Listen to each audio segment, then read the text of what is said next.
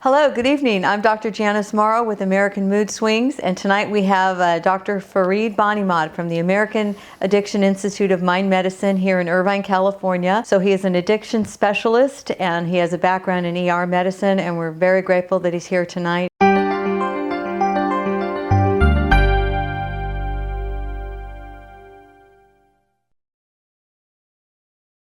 Let's talk about like the withdrawal timeline and acute and chronic, and how you're going to tackle that. Like, how long should people expect it for when they're first getting off of the opiates? Or yeah, you talk about the difference between the acute phase, chronic phase, and then there's a show on television called Dopesick. If you could explain that term and what that means with respect to withdrawal. I mean, acute withdrawal, again, give or take, plus or minus, and fentanyls have added a new twist to it, in addition to the fact that people aren't realizing they're mixing their drugs. So withdrawals are slightly off the usual timelines, but a couple of weeks is what they usually define as acute withdrawals, right?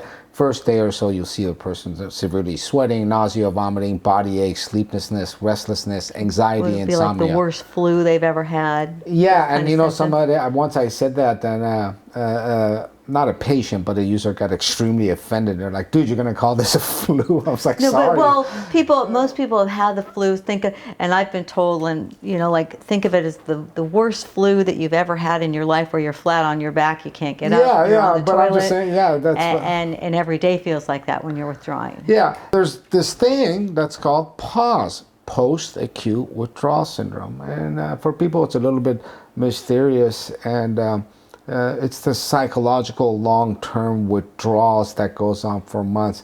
This is where I have, number one, during the initial withdrawal stage, the acute withdrawal is a high risk relapse time, right? Because it sucks coming off of this drug. Your body's screaming, get me back to my normal homeostatic baseline.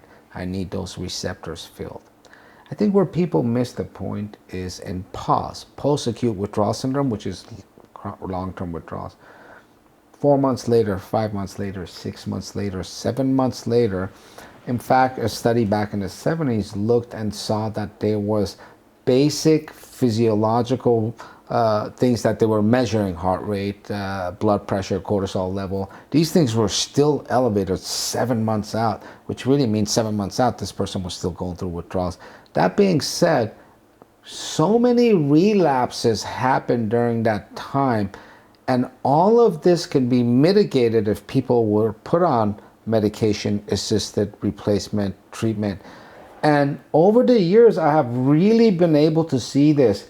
With some of the people, they're just white-knuckling it and pretending, right? It's 4 months out. You know, they have this white plastic smile on their face, and they're extremely rigid. They've sort of gotten into this recovery community, which they traded one subculture for another, right?